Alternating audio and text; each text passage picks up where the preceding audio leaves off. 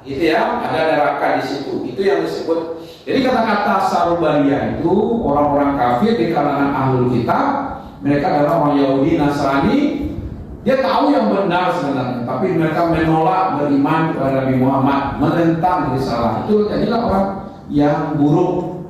Itu orang Yahudi dan Nasrani. Orang musyrik, mereka adalah orang yang menyembah selain Allah, seperti berhala atau menjadikan sesuatu sekutu bagi Allah. Dia turun menjadi kelompoknya Sarul Bariyah, ya kan?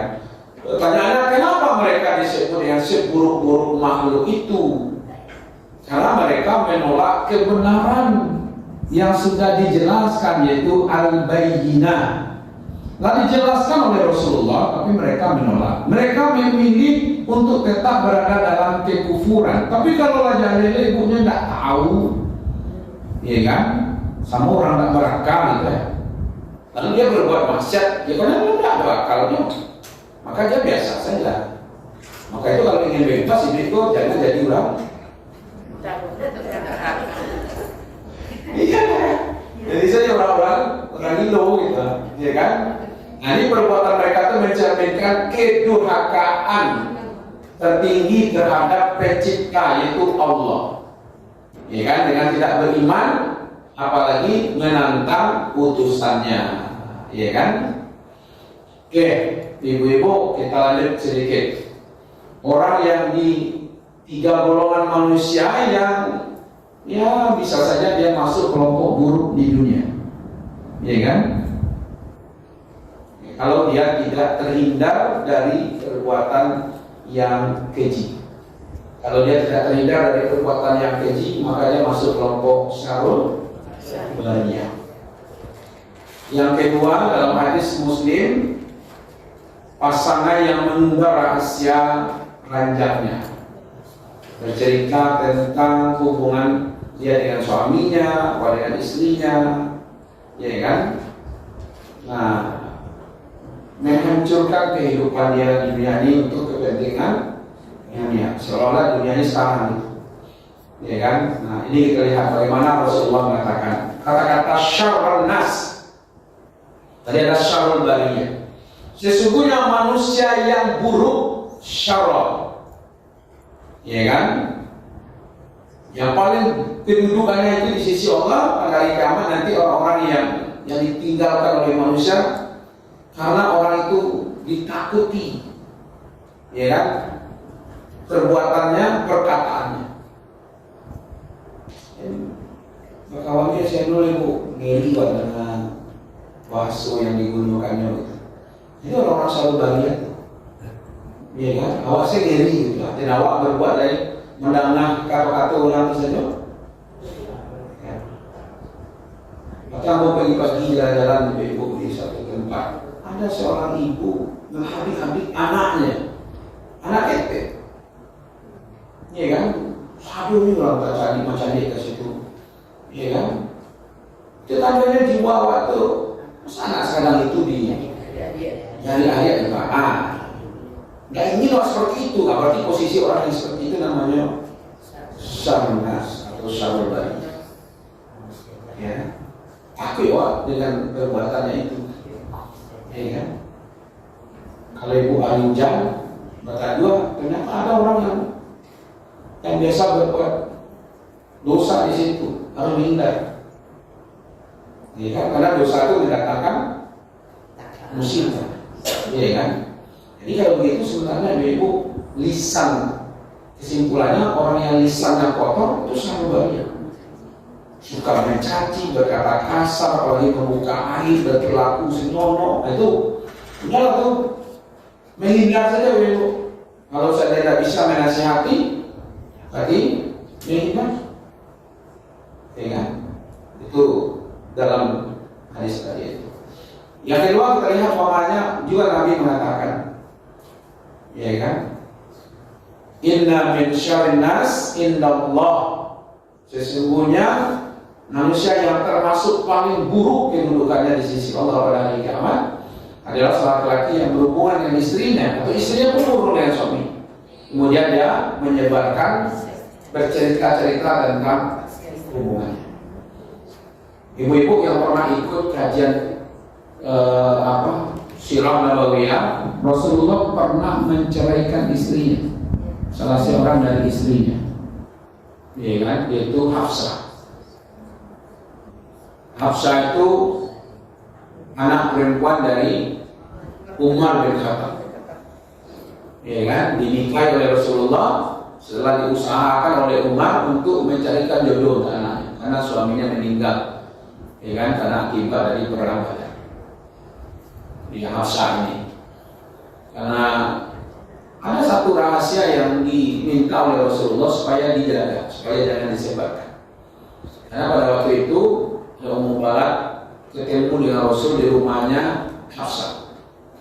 Lalu Hafsah cemburu, ya kan? Cemburu itu di apa namanya di Rasulullah ya, diredamkan cemburunya dengan satu sumpah bahwa mulai sekarang ini Rasulullah tidak akan menemui Ummu Barak ini lagi. Tapi jangan diberitahu pada yang lain, kepada Hafsah. Ternyata Hafsah memberitahu kepada Aisyah. Akhirnya Allah memberitahu kepada Rasul, ya kan, bahwa Hafsah sudah memberitahu bahwa ini rahasia kita. Ini bukan rahasia saya yang lain, ya kan? Apa yang disampaikan oleh Rasulullah ini amanah, jangan disampaikan kepada yang lain. Ternyata Hafsah itu penyebabnya, ya kan? Jadi kalau ada tanamkan pada anak-anak kita tidak penting lah. Saya tadi malam berkonsultasi seorang jemaah sampai 2 jam. Ya. Terjadi cekcok antara suami istri. Istri kosong, ambil HP, buka status, ditulis di status. Di status Instagram lah, di Facebook lah, di Twitter lah, di YouTube, di TikTok lah, segala macam. Itu lebih daripada membuka rahasia kepada orang lain. Itu sedunia. Ya kan? Kalau bisa ibu-ibu, kalau nanti mamanya menantu atau anak mengadulah nyokawa, bercerita nyokawa tentang suaminya. Kalau yang buruk-buruk, ibu langsung kunci langsung, ibu dana. Mama cerita tentang udah tutup, tidak usah cerita-cerita ke mama. Itu perlu dijaga sampai gini. Kalau ibu dana ceritanya, nanti menantu ibu tuh dia berubah, tapi nanti rekam dan kepala ibu apa? Rekam juga buruk kan. Maka itu nggak boleh, kecuali ibu akan menjadi orang yang adil menyelesaikan. Makanya tanamkan pada anak menantu, jangan bercerita kepada ibunya lah, kepada mintunya lah, kepada orang lain. Kecuali dia mau konsultasi kepada orang yang ahli di bidangnya, yang itu orang pun menjaga rahasianya. Nah gitu. Nah salah satu itu tadi dia mau cerita, padahal ini cerita yang ada di dalam hubungan rumah tangga itu tidak boleh keluar dari mereka berdua saja. Jadi ada bilik GT, ada bilik ganda. Ternyata banyak kehancuran rumah tangga itu terjadi di situ. Ini larinya. Beda dengan Ali. Ali kalau tidak berenakan dengan Fatimah, kemana larinya bu? Masjid. Iko tidak enak dengan istri, lari ke Facebook, lari ke Twitter, lari ke Instagram, lari ke TikTok, ke YouTube. Kalau dia tidak di YouTube tidak ada. Ya kan? Kalau Rasulullah datang ke rumahnya Fatimah, lalu ketemu Ali, mana Ali? Di masjid ya Rasul. Itu Nabi dah tahu tuh, ada masalah di rumah. Jadi kalau ada kacau, dia tidak ada waktunya Pak Yu udah mau masjid atau ada masalah di rumah. Iya kan? Untuk masjid mau kelapa. Kalau ada seorang suami sampai betah di lapau sampai jam 1 malam, pasti ada masalah di rumah.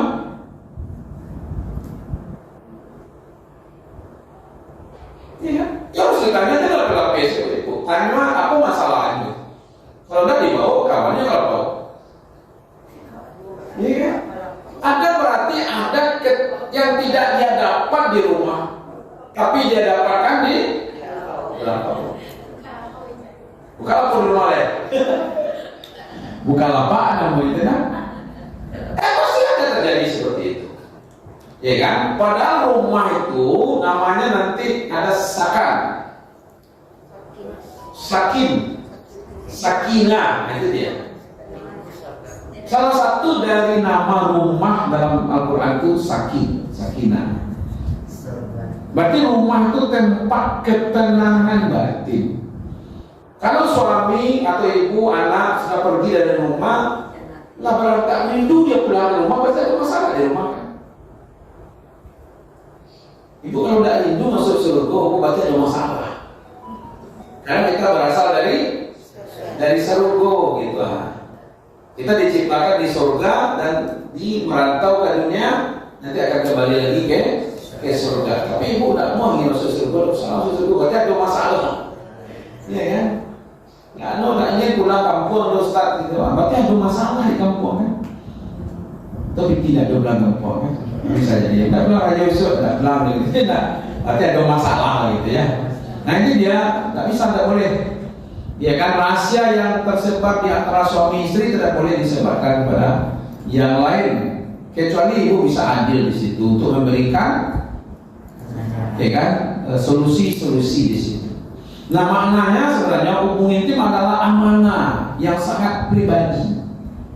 Nah mengumbar secara detail kepada orang lain termasuk perbuatan keji itu fahisyah, merusak kehormatan pasangan, termasuk dosa besar dalam adab rumah tangga. Itu sampai Rasulullah tidak menjaga rahasia istri beliau itu Hafsah, akhirnya Rasulullah mentalak. Tapi Allah perintahkan untuk menikahi kembali karena memang Hafsah ditakdirkan untuk salah seorang istri Rasulullah nanti ini di surga. Kalau ibu gue itu aku tidak yakin turun ayatnya. Betul apa nih? Iya kan? Tapi aku itu, iya kan? Jangan-jangan nanti dia bisa soal dia gitu ya. Karena gitu ya. Karena beda dengan kita kan. Oke. Termasuk sarubaria itu, ya kan? Nah ini yang dikatakan oleh Rasulullah, ya kan? Masa di dinar, ya celakalah hamba dinar, celakalah hamba dirham. Ya, celakalah hamba-hamba yang mengejar ya kemewahan itu maksudnya. Artinya orang-orang yang mengorbankan imannya, mengorbankan kebenaran, mengorbankan akhiratnya demi harta, demi jabatan, ya kan? Demi syahwatnya, ya kan? Itu sebenarnya menghancurkan akhirat demi mendapatkan dunia. Itu bagian dari sarubaria.